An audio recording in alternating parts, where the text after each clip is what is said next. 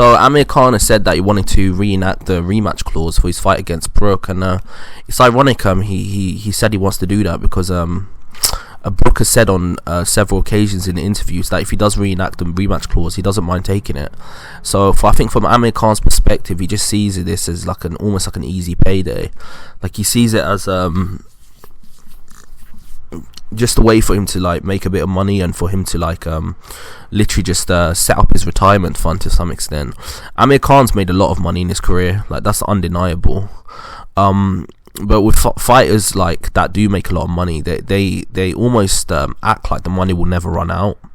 They almost act like we saw this with David Haye. David Haye did make a lot of money in his career, that's undeniable. But the fact is, like, their tastes start to become more expensive, and I just feel like with Amir Khan, I can see him being the type of guy that would spend a lot of money in Dubai and like live that rich lifestyle. Not saying that he doesn't have the money to fund it, he does, but there could come a time when that stuff becomes expensive. And I think with Amir Khan, like I can see him reenacting a rematch clause just to put himself in a position to make as much money as he possibly can. Not saying there's anything wrong with that, but I just don't think at this point in time the rematch makes any sense from a competitive point of view. I think both of them, it clearly has shown that Amir Khan is like at this point in time, I'm not talking about when he was in his prime, but at this point in time is no longer the force that he once was. He just isn't that guy. I don't get it twisted, he is a great fighter in his own right, but there is a very strong chance that Brook would have always beaten him, just because of the timing that he's had, and there's a reason why he took this fight at such a late point in his career. He probably knew that Brook was a threat for him from the beginning. So from that perspective, I think it's clear to see that I think it's just a way for him to like make a bit of money before his career's over, because just from a competitive point of view, he's completely done. I just don't see him beating anyone within the top 10 of his division. I just don't see it happening.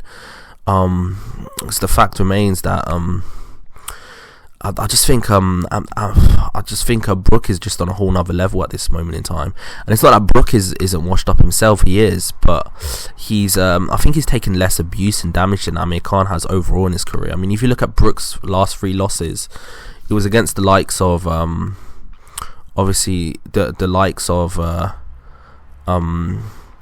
Terence Crawford, a prime Golovkin, and a prime Errol Spence. But like, if you look at Amir Khan took that loss against Prescott, took that loss against Danny Garcia, took that loss against several top fighters. He's been knocked out, he's been hurt, he's been dropped. He got wobbled by obscure fighters like the likes of I think it was Sullivan. I can't remember who he fought, but who dropped him several times.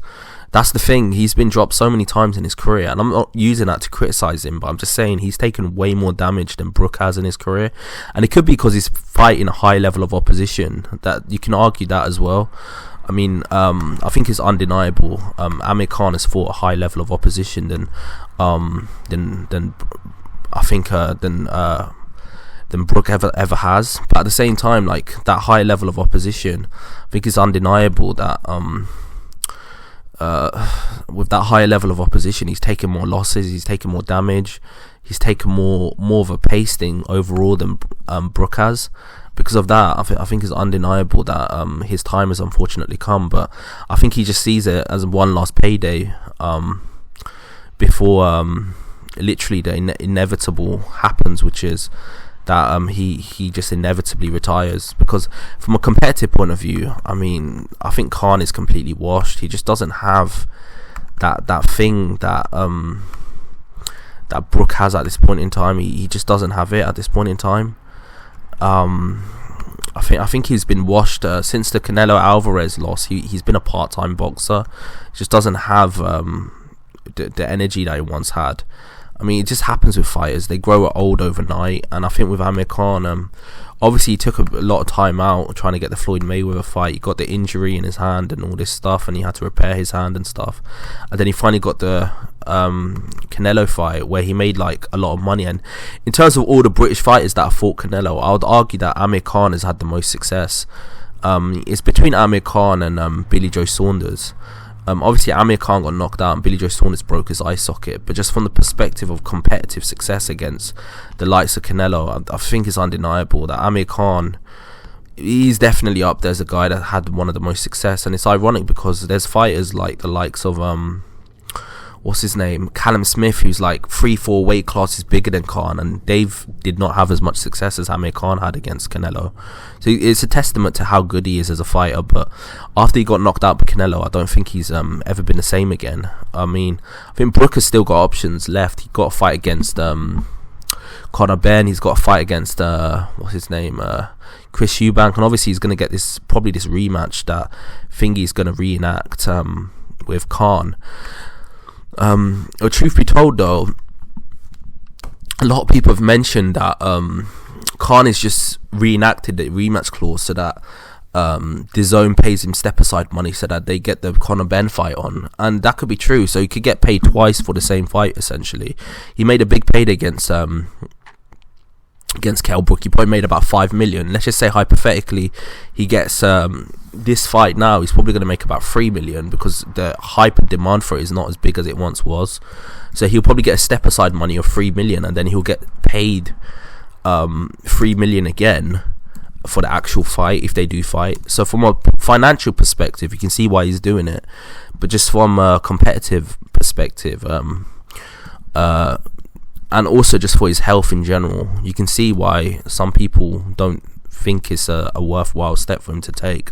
But tell me what you think below. Tell me what you think Amir Khan should do. Do you think he should take this fight? Do you think he should not take it? Just from a financial perspective, obviously a lot of fans are quick to say stuff like, oh man, that dude should retire, or that dude should retire. But the crazy thing is, we're not in their shoes, and on top of that, we're not paying the bills that they have to pay. It's very easy to tell a fighter to just retire, but when you're not in their shoes, then